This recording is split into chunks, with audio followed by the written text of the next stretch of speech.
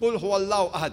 Say he is Allah one and only. Same as Chandogya Upanishad, chapter number 6, section number 2, verse number 1, which says, Ekkam evidityam. God is only one without a second. The second point, Allahu Samad. Allah, the absolute eternal. Same thing which we mentioned in Bhagavad Gita, chapter number 10, verse number 3, that Almighty God is the supreme Lord of all the worlds. Point number 3. Lam yalid walam yulad. He begets not, nor is begotten. The same thing which is mentioned in Shvetashvatara Upanishad, chapter number 6, verse number 9, that Almighty God has got no parents, He has got no master, He has got no mother, He has got no father. And the fourth is, Walam yakul lahu kufuwan ahad. There's nothing like Him. The same which is mentioned in Shvetashvatara Upanishad, chapter number 4, verse number 19, and Yajurved, chapter number 32, verse number 3, which says, Natasya pratima asti. Of Him, there is no likeness. There's nothing like Him. So if any person says so-and-so candidate is God, if that candidate fits in this 4-line definition, which is mentioned in the glorious Quran is for a class, or the Hindu scriptures, we Muslims have got no objection in accepting that candidate as God. For example, there are many people who consider Bhagwan Rajneesh to be God. I know, I never said that the Hindus believe him to be God. I said some people believe him to be God. I've read the Hindu scriptures. Nowhere do the Hindu scriptures say that Bhagwan Rajneesh is God. But yet, there are many people who consider Bhagwan Rajneesh to be God. So let us put this Bhagwan Rajneesh to the test of Surah class and the verses of the Hindu scriptures. The first is, Qul huwallahu ahad. Say He's Allah one and only. Ekkam evidityam. God is only one without a second. Was Rajneesh one and only? Was he the only man who has claimed divinity? There are thousands of men who have claimed divinity, and especially in this country of ours, India, we have thousands who have claimed divinity. He's not the only one. But a Rajneesh Bhakt will say, no, he's unique, he's the only one. So let's go to the next test. Allahu Samad. Allah, the absolute eternal. Was Rajneesh absolute eternal?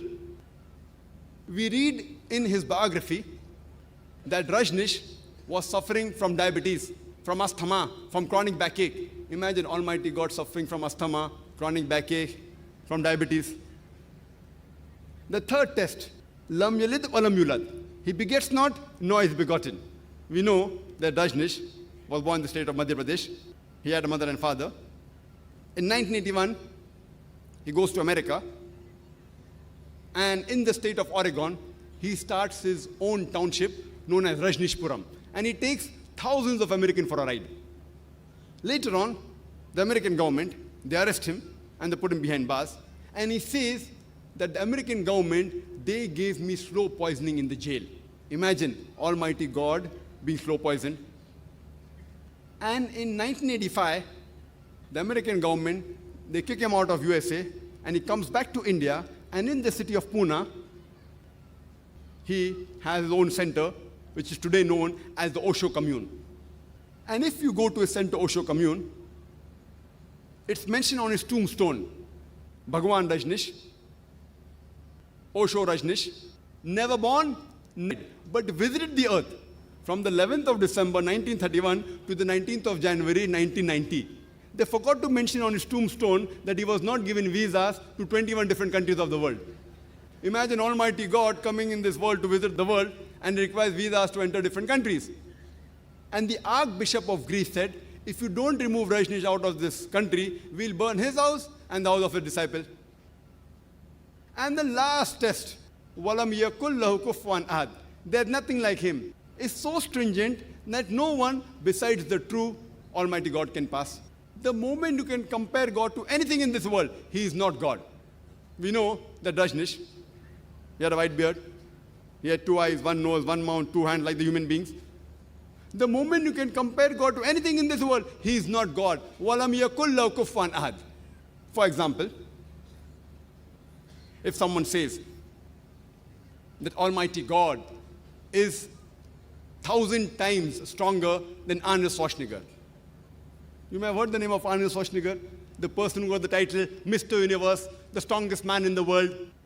If someone says Almighty God is 1,000 times stronger than Arnold Schwarzenegger, the moment you can compare God to anyone, whether it be 1,000 times or 1,000,000 times, whether it be Arnold Schwarzenegger or Dara Singh or King Kong, the moment you can compare God to anything in this world, He is not God. وَلَمْ يَكُنْ لَهُ كُفُوًا أَحَدٌ. There's nothing like Him.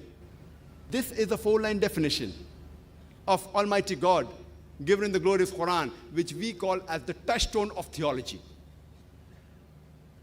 So all the gods that you people are worshipping, put him to the test of Surah Ikhlas.